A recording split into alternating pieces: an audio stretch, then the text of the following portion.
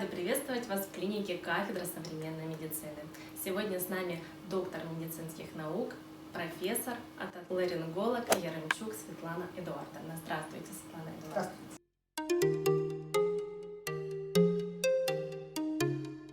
Все чаще к нам стали обращаться с проблемой храпа.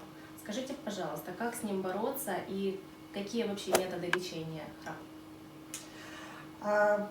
Третью часть своей жизни человек проводит во сне. И от того, насколько продуктивно у него это получится, от этого зависит, как он проведет остальные 2/3 своей жизни.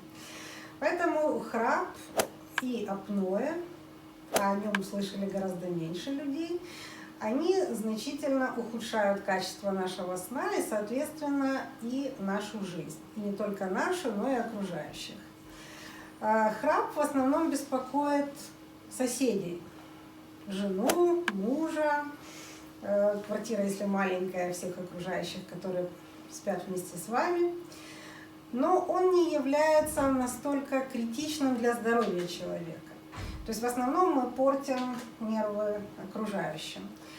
В то время как апноэ, это остановки дыхания во сне, могут привести к таким серьезным последствиям, как инсульты, инфаркты.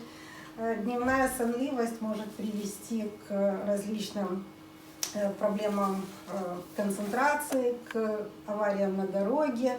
Если человек работает диспетчером, он может в неправильное место отправить самолет. То есть это значительно снижает не только качество нашей жизни, но и наше здоровье. Поэтому подходить к лечению храпа и лечению апноэ нужно серьезно. Человек во сне не слышит своего храпа, поэтому если он живет один, он может не обращать на это внимания, но такие моменты, как дневная сонливость, постоянное повышенное артериальное давление, частые позывы к мочеиспусканию ночью, они должны насторожить человека, и он должен обратиться к доктору. Часто храп и апноэ остаются незамеченными. Люди думают, что это, в общем-то, совершенно несерьезная проблема. И если жену беспокоит храп мужа, она может купить себе беруши. Но здесь, вот опять же, апноэ, то есть храп и апноэ – это как айсберг. Мы видим только вершину айсберга, это звуковой феномен при прохождении воздуха через суженные дыхательные пути. А вот эта вот нижняя часть айсберга, которая находится под водой, остается незамеченной, и она приносит максимальный вред здоровью человека, который страдает апноэ. Что мы можем сделать? Чем мы можем помочь таким людям? Во-первых, в нашей клинике проводится мониторинг сна. Причем у нас существуют различные виды этого мониторинга: 3-, 4-канальные и 7-канальные. После мониторинга сна следующим этапом является консультация. Врач проводит общий осмотр, смотрит, в каком состоянии находятся лор-органы пациента, потому что в интернете и, в общем-то, расхожее мнение, что только мягкое небо, так называемый язычок увуля, является основной причиной храпа, но на самом деле это совершенно не так. Очень важно состояние носа, потому что если человек не дышит во сне носом или дышит тяжело, создается отрицательное давление, и мягкие ткани, из которых состоят дыхательные пути, еще более сжимаются, открывается рот, западает язык. То есть как бы все взаимосвязано.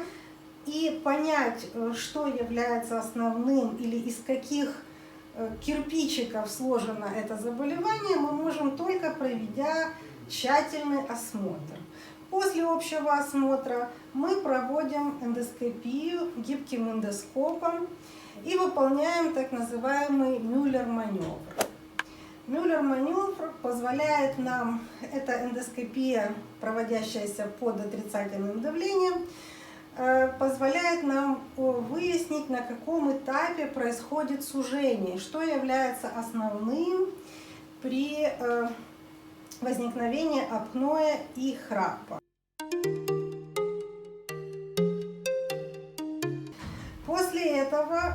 можем принимать решение о том, в какой терапии нуждается пациент. Либо это оперативное лечение, либо это консервативная терапия. В тяжелых случаях, когда индекс апноэ-гипопноэ превышает коэффициент 30 в час, мы рекомендуем лечение СИПАП-терапией. Это специальный аппарат, с которым больной спит и который подает увлажненный воздух под давлением. И благодаря этому давлению восстанавливается проходимость дыхательных путей.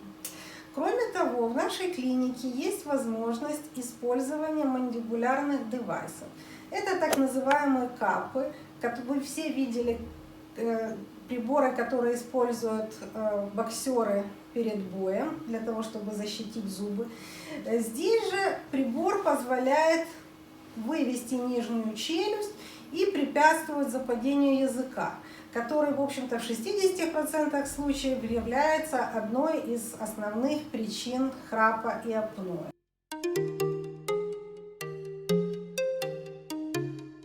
Кроме того, в нашей клинике есть возможность выполнения малоинвазивных операций, и при необходимости мы можем выполнять операции любой сложности. Поэтому лечение храпа должно базироваться на очень скрупулезной диагностике. И только в этом случае мы можем подобрать лечение, которое подходит именно вам. Друзья, подписывайтесь на наш канал, задавайте интересующие вопросы, и наши специалисты обязательно на них ответят. И хватит заводить дружбу с симптомами.